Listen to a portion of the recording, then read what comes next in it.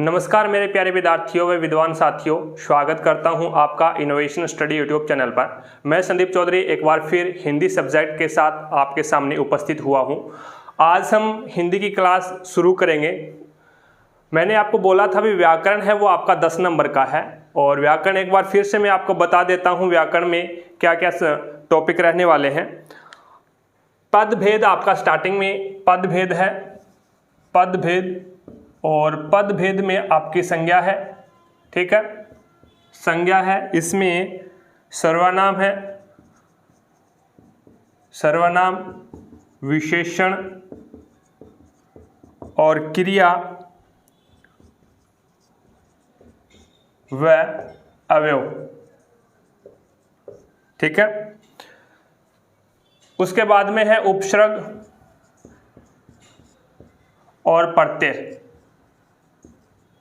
Then उसके बाद में संधि और समास, संधि व समास, और उसके बाद में मुहावरे, मुहावरे और लोकोक्तियां, और लोकोक्तियां। ये टॉपिक है वो आपके व्याकरण में रहने वाले हैं। और यहाँ पे ये जो टॉपिक है वो 10 नंबर के हैं, ठीक है। 4 नंबर का ये टॉपिक है आपका, देन उसके बाद में 2 नंबर का ये है, 2 नंबर का ये है और 2 नंबर का ये है। आज हम इस क्लास में शुरू करने वाले हैं, वो शुरू करेंगे पदभेद में संज्ञा। संज्ञा स्टार्ट करेंगे आज, और जितनी भी मैं क्लासें लगा रहा हूं वो क्लासें रेगुलर आप देख लीजिएगा। आपकी जो क्लास है वो सुबह मॉर्निंग को 9 AM है वो आपकी क्लास अपलोड हो जाती है। क्लास की स्कूल की जैसे ही छुट्टी होती है देन उसके बाद में आप उसको देख सकते हैं, ठीक है। एक आपकी मैथ की क्लास हमने स्टार्ट कर रखी है। मैथ की जो क्लास है वो इवनिंग को आपकी 8:15 PM इवनिंग को आपकी क्लास रोशन सर है वो रेगुलर आपकी क्लास लगा रहे हैं, ठीक है। ये हिंदी की क्लास है मॉर्निंग 9 AM, इवनिंग 8:15 पे आपकी मैथ की क्लास है वो रेगुलर आपकी लग रही है, ठीक है।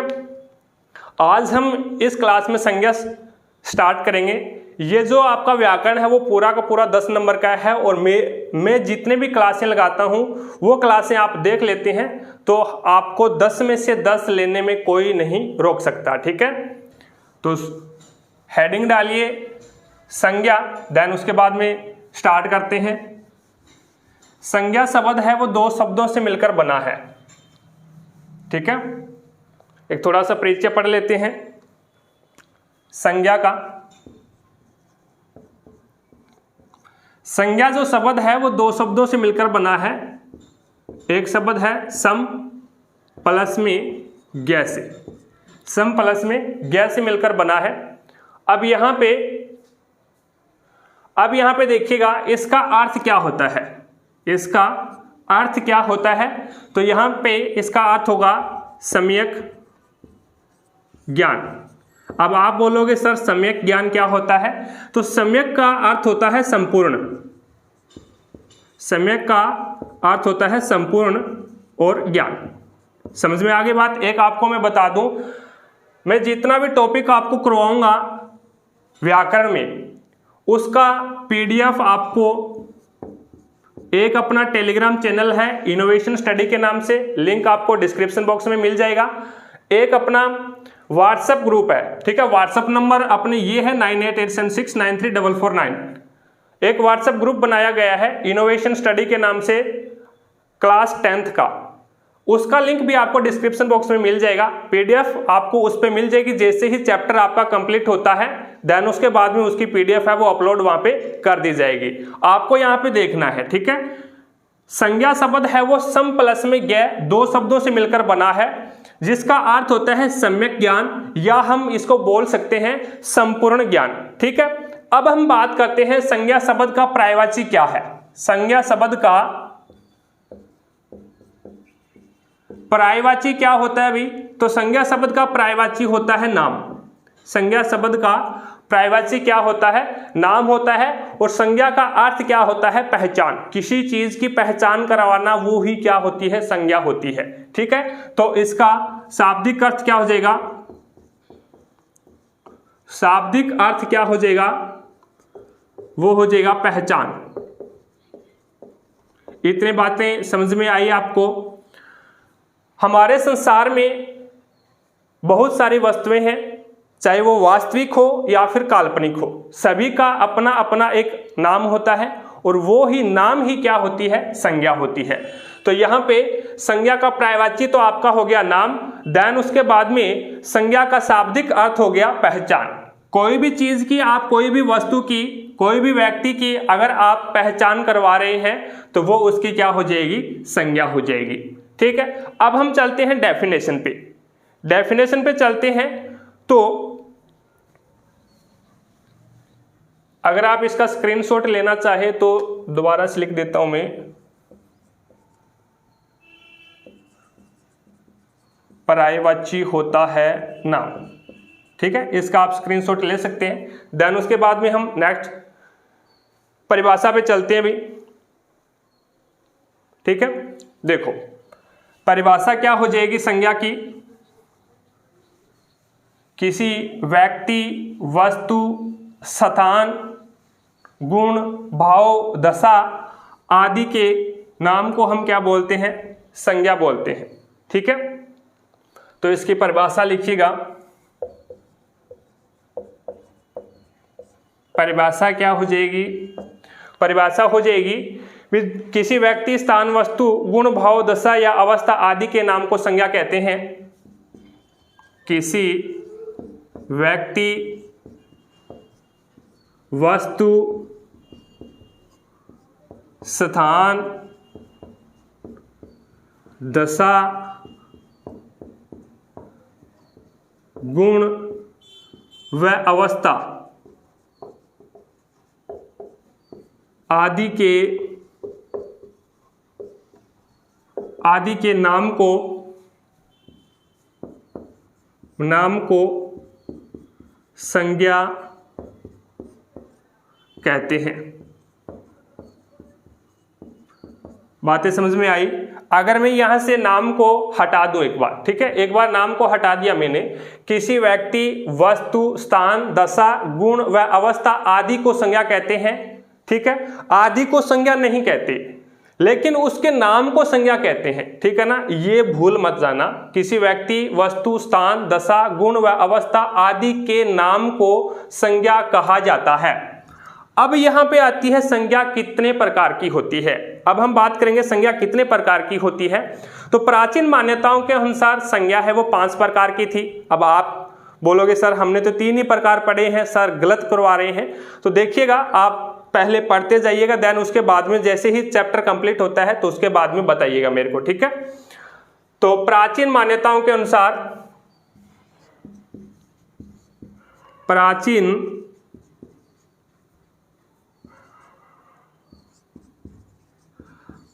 मान्यताओं के अनुसार संज्ञा के प्रकार, अगर आपसे पूछ ले भी प्राचीन मान्यताओं के अनुसार संज्ञा के प्रकार कितने हैं, तो आपका आंसर होना चाहिए 5। कितना होना चाहिए? 5 है। कौन कौन सी है वो यहाँ पे मैं बताने वाला हूं। देखो, नंबर 1 पे आती है व्यक्तिवाचक संज्ञा। नंबर 1 पे है व्यक्तिवाचक संज्ञा। ठीक है, नंबर 1 पे आती है व्यक्तिवाचक संज्ञा। नंबर 2 पे आती है भाववाचक संज्ञा। नंबर 2 पे है भाववाचक। नंबर 2 पे आप जातिवाचक लिख लो एक बार। ठीक है, नंबर 2 पे जातिवाचक संज्ञा। नंबर 3 पे द्रव्यवाचक संज्ञा। नंबर 4 पे समूहवाचक संज्ञा। और नंबर 5 पे आपका आता है भाववाचक। भाववाचक संज्ञा नीचे दिखाई दे रहा है, नीचे दिखाई दे रहा है। अब यहां पे देखो भी, आप बोलोगे सर हमने 3 ही पढ़े हैं, अब हम इसकी आधुनिक मान्यताओं के अनुसार इसके जो पार्ट है वो 3 कर देंगे, कोई दिक्कत नहीं है। लेकिन प्राचीन मान्यताओं के अनुसार संज्ञा के जो प्रकार है वो 5 माने गए हैं। व्यक्तिवाचक संज्ञा, जातिवाचक संज्ञा, द्रव्यवाचक संज्ञा, समूहवाचक संज्ञा और भाववाचक संज्ञा। अब यहां से हम बीच वाले 2 पार्ट हैं जो 3 नंबर और 4 नंबर, इन दोनों को ही हमने किस में डिवाइड कर दिया, इन दोनों को ही हमने जातिवाचक संज्ञा में मिला दिया। इन दोनों को ही हमने क्या कर दिया, जातिवाचक संज्ञा में मिला दिया। तो आपसे पूछे भी संज्ञा के प्रकार कितने हैं, तो आपका आंसर होना चाहिए 3। प्राचीन मान्यताओं के अनुसार संज्ञा के प्रकार कितने हैं, तो 5। और आधुनिक मान्यताओं के अनुसार संज्ञा के प्रकार कितने हैं, तो 3। तो यहां पे आधुनिक मान्यताओं के अनुसार,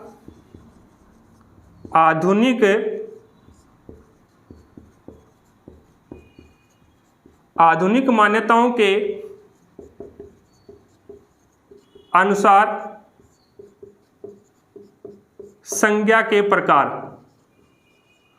आधुनिक मान्यताओं के अनुसार संज्ञा के जो प्रकार हैं वो आपके आ जाते हैं 3। अब कौन कौन से हैं, अब देखिएगा, मैंने आपको बताया था 3 नंबर और 4 नंबर। जो द्रव्यवाचक संज्ञा है और जो समूहवाचक संज्ञा है वो हम अब जातिवाचक संज्ञा में पढ़ने लग गए हैं। ठीक है, इन दोनों को है वो जातिवाचक संज्ञा में काउंट कर लिया है। तो बच गया कौन सा, नंबर 1 व्यक्तिवाचक संज्ञा, नंबर 1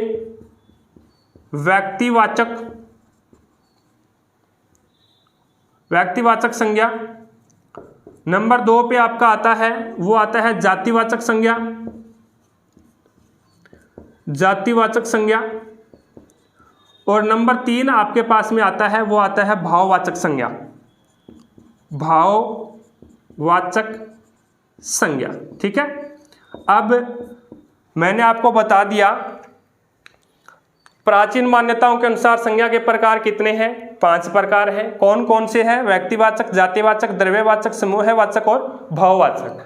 आधुनिक मान्यताओं के अनुसार संज्ञा के प्रकार कितने हैं, तो व्यक्तिवाचक संज्ञा, जातिवाचक संज्ञा और भाववाचक संज्ञा। अगर आपसे डायरेक्ट क्वेश्चन ये पूछता है भी संज्ञा के प्रकार कितने हैं, तो आपको 3 ही बताने हैं। संज्ञा के प्रकार कितने हैं, 3 हैं, ये 3। ठीक है, और प्राचीन मान्यताओं के अनुसार संज्ञा के प्रकार कितने हैं, तो ये हो जाएंगे। अब हम पढ़ेंगे व्यक्तिवाचक संज्ञा किसे कहते हैं। हेडिंग लगा लो, व्यक्तिवाचक संज्ञा किसे कहते हैं। एक बार इसका स्क्रीनशॉट ले लीजिएगा, देन उसके बाद में व्यक्तिवाचक संज्ञा के ऊपर डिस्कस करेंगे। ठीक है, चलिएगा, आपने स्क्रीनशॉट ले लिया होगा, हेडिंग लगाइएगा व्यक्तिवाचक संज्ञा किसे कहते हैं। जितनी भी मैं क्लासें आपको डालूंगा चैनल पे उतनी आप देख लेना। ठीक है, पीडीएफ आपको बता दिया। इनोवेशन स्टडी एक अपना ग्रुप है, व्हाट्सएप ग्रुप, उस पर आपको मिल जाएगी, लिंक डिस्क्रिप्शन बॉक्स में है। एक आपके अपना टेलीग्राम चैनल है इनोवेशन स्टडी के नाम से, लिंक उसका डिस्क्रिप्शन बॉक्स में है, उस पर मिल जाएगी। ठीक है, और जितनी क्लासें में डालूं उतनी देख लेना, 10 में से 10 आपके नंबर आ जाएंगे, और 10 ही नंबर का अपना व्याकरण है। अब यहां पे देखिएगा, व्यवहारिक व्याकरण की बात कर रहा हूं मैं। नंबर 1 पे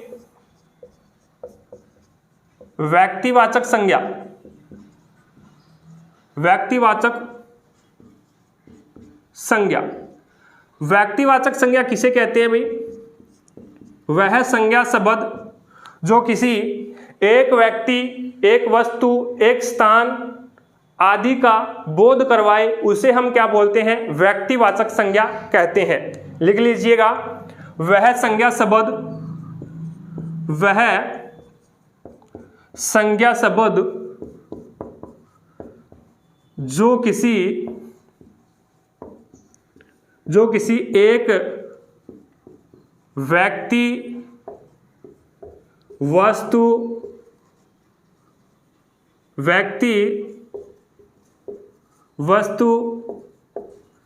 स्थान आदि का बोध करवाए, आदि का बोध करवाए उसे व्यक्तिवाचक संज्ञा कहते हैं। व्यक्तिवाचक संज्ञा कहते हैं। डेफिनेशन समझ में आ गई? ठीक है, आदि का बोध करवाए उसे व्यक्तिवाचक संज्ञा कहते हैं। अब इसमें एग्जाम्पल के रूप में अपन लेंगे, देखिएगा, आदि का बोध करवाए। एग्जाम्पल के रूप में देखिएगा, उदाहरण,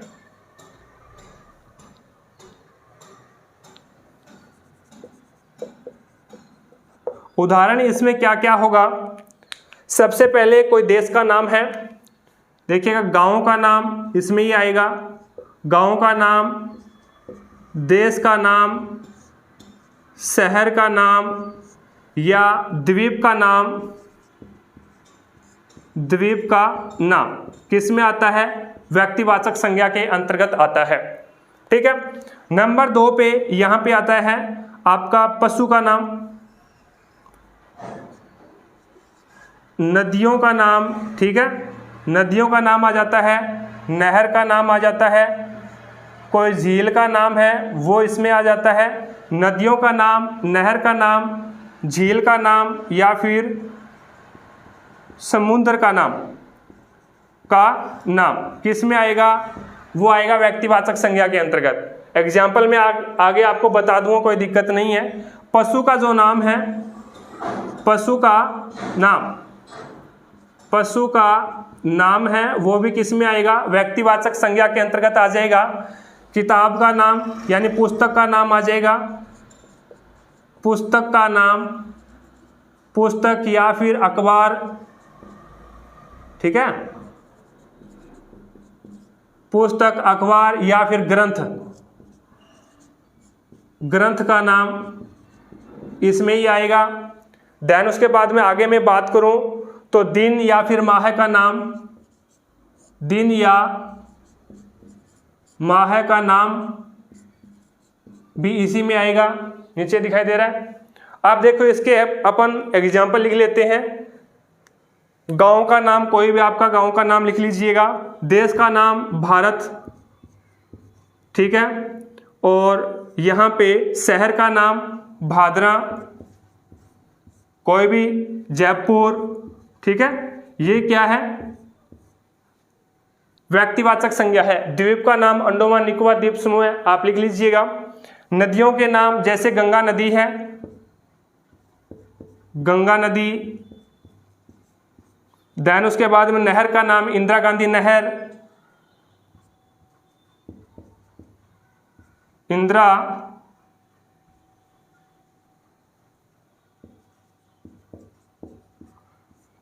गांधी नहर, ठीक है, इंदिरा गांधी नहर आ गई। झील जैसे उदय सागर झील है, पुष्कर झील है, पुष्कर झील। समुद्र का नाम जैसे प्रशांत महासागर है, ठीक है, ये इसी में आ जाएंगे।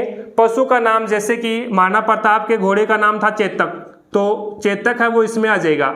और महाराणा प्रताप के हाथी का नाम था राम प्रसाद, तो राम प्रसाद हाथी, राम प्रसाद हाथी है वो किस में आएगा? इसमें आएगा। लेकिन हाथी अगर जब हम बात करेंगे हाथी की तो वो जातिवाचक में चला जाएगा, लेकिन राम प्रसाद हाथी है वो किस में आ जाएगा? व्यक्तिवाचक में आ जाएगा। पशु का नाम हो गया चेतक, घोड़ा, राम प्रसाद हाथी हो गया, ठीक है। एक मर्दाना हाथी लिख दो, यहाँ पे मर्दाना हाथी मानसिंह के हाथी का नाम था, ठीक है। पुस्तक लिख लो कोई, जैसे अखबार राजस्थान पत्रिका है, राजस्थान पत्रिका। पुस्तक में आ जाए गीतांजलि है जो कि रविंद्रनाथ टैगोर के द्वारा लिखी गई है। कोई ग्रंथ लिख लीजिएगा, ठीक है। ग्रंथों के जो नाम है, पुस्तक के नाम है, अखबारों के नाम है, वो जातिवाचक व्यक्तिवाचक संज्ञा में आएंगे। देन उसके बाद में दिन, जैसे कि सोमवार है, ठीक है, मंगलवार है तो सोमवार है। और माह के नाम जैसे कि माह हो गया आपका सितंबर, तो माह के जितने भी नाम हैं जनवरी, फरवरी, मार्च, अप्रैल, वो सारे के सारे किस में आ जाएंगे, आपके व्यक्तिवाचक संज्ञा के अंतर्गत आ जाएंगे। अब इसका आप स्क्रीनशॉट ले लीजिएगा। व्यक्तिवाचक संज्ञा वह संज्ञा शब्द होता है जिसमें एक व्यक्ति या वस्तु या स्थान आदि का बोध करवाया जाए, उसे व्यक्तिवाचक संज्ञा कहते हैं। उदाहरण के लिए गांव, देश, शहर, द्वीप का नाम है व्यक्तिवाचक संज्ञा के अंतर्गत आता है। नदियां, नहर, झील, समुद्र का नाम वो भी व्यक्तिवाचक संज्ञा में आएगा। पशु का नाम आ जाए कहीं पे भी तो व्यक्तिवाचक संज्ञा में आएगा। पुस्तक या फिर अखबार या फिर ग्रंथ का नाम है वो भी व्यक्तिवाचक संज्ञा में आ जाएगा। दिन या फिर माह का नाम, ठीक है। और यहाँ पे आगे चलता हूँ, त्योहार का नाम है जैसे दीपावली है, होली है, वो भी किस में आएगा, व्यक्तिवाचक संज्ञा में आएगा। कोई समूह का नाम है जैसे बजरंग दल है, कोई पार्टी का नाम है जैसे कांग्रेस पार्टी है, ठीक है, भारतीय जनता पार्टी है, तो ये जो नाम है वो भी व्यक्तिवाचक संज्ञा में आएगा। देन उसके बाद में कोई कंपनी का नाम है जैसे नोकिया है, इंटेक्स है, स्पाइस है, सैमसंग है, ये जो कंपनियों के नाम है वो भी किस में आएंगे, व्यक्तिवाचक संज्ञा के अंतर्गत आ जाएंगे, ठीक है, आप लिख लोगे। देन उसके बाद में थोड़ा सा रूल और आगे लेके चलता हूं व्यक्तिवाचक संज्ञा के अंतर्गत, ठीक है, यहां तक आपने लिख लिया, स्क्रीनशॉट ले लीजिएगा इसका। अब मैं आगे बात करता हूं, अगर कोई व्यक्ति अपने उपनाम से इतना ज्यादा प्रसिद्ध हो जाए कि सारे के सारे उससे क्या है, उपनाम से ही जानने लग जाए, तो वहां पे भी क्या होगा, व्यक्तिवाचक संज्ञा होगा। एग्जाम्पल के रूप में मैं आपको बता दूंगा, जैसे कि मैंने लिखा, एग्जाम्पल के रूप में भी मैं आपको बता दूंगा, नेताजी ने जय हिंद कहा, ठीक है, एक बार लिख लीजिएगा ये। जब कोई व्यक्ति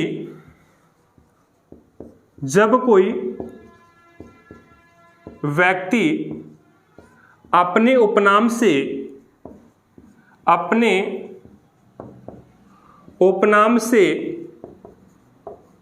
इतना ज्यादा प्रसिद्ध हो जाए कि सभी लोग उसे उपनाम से जानने लग जाए, वहां पे भी क्या होगा, वहां पर भी व्यक्तिवाचक संज्ञा होगी, व्यक्तिवाचक संज्ञा होगी। जैसे कि एग्जाम्पल के रूप में, उदाहरण के तौर पर मैं आपको बताऊं, उदाहरण क्या होगा, पहला उदाहरण यहां पे लेते हैं अपन, नेताजी ने जय हिंद कहा, नेताजी ने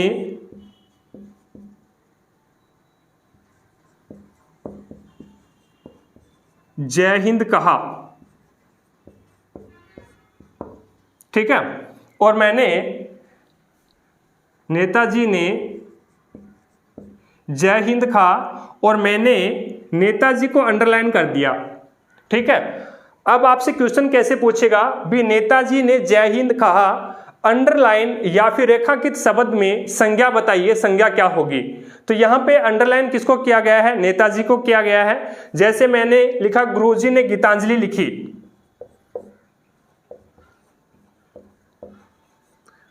गुरुजी ने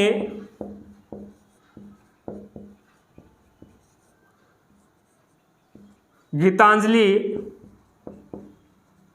लिखी, अब मैंने यहां पे गुरुजी को अंडरलाइन कर दिया, ठीक है। एक एग्जांपल और बताना चाहूंगा, चाचा नेहरू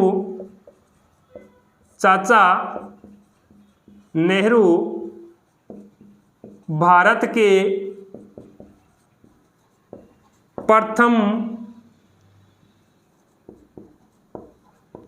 प्रधानमंत्री थे, चाचा नेहरू भारत के प्रथम प्रधानमंत्री थे और चाचा नेहरू को मैंने अंडरलाइन कर दिया, ठीक है। एक एग्जाम्पल और लिख लो, एक एग्जाम्पल आपके पास में आ जाएगा, जैसे कि भारत में प्रथम महिला राज्यपाल कोकिला थी, भारत में प्रथम महिला राज्यपाल भारत में प्रथम महिला राज्यपाल कोकिला थी। यहां पे मैंने कोकिला को अंडरलाइन कर दिया। अब यहां पे देखिएगा, जैसे ही मैंने क्या बोला है, व्यक्तिवाचक संज्ञा में एक रूल और लिखाया है मैंने, जब कोई व्यक्ति अपने उपनाम से इतना ज्यादा प्रसिद्ध हो जाए कि सभी लोग उसे उपनाम से जानने लग जाए।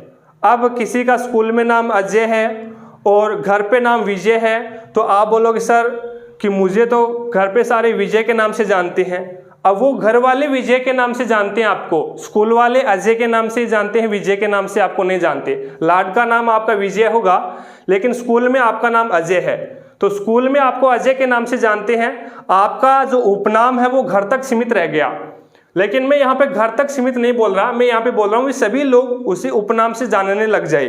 तो यहाँ पे नेताजी, मैंने यहाँ पे नेताजी को अंडरलाइन किया था, यहाँ पे गुरुजी को अंडरलाइन किया था और यहाँ पे चाचा नेहरू को अंडरलाइन किया था, ठीक है। और यहाँ पे कोकिला को मैंने अंडरलाइन कर रखा है।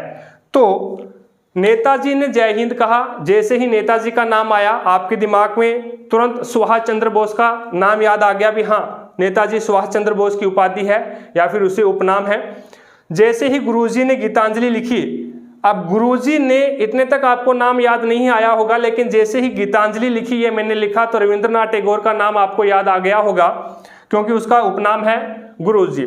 चाचा नेहरू भारत के प्रथम प्रधानमंत्री थे, नाम याद आते ही पंडित जवाहरलाल नेहरू की याद आ गई होगी, ठीक है। यहाँ पे भारत में प्रथम महिला राज्यपाल कोकिला थी, सरोजिनी नायडू। सरोजिनी नायडू का उपनाम क्या है? कोकिला है। तो यहाँ पे नेताजी, गुरुजी, चाचा नेहरू और कोकिला, इन सभी में व्यक्तिवाचक संज्ञा है। इतना ही रूल था, कुछ नहीं करना आपको।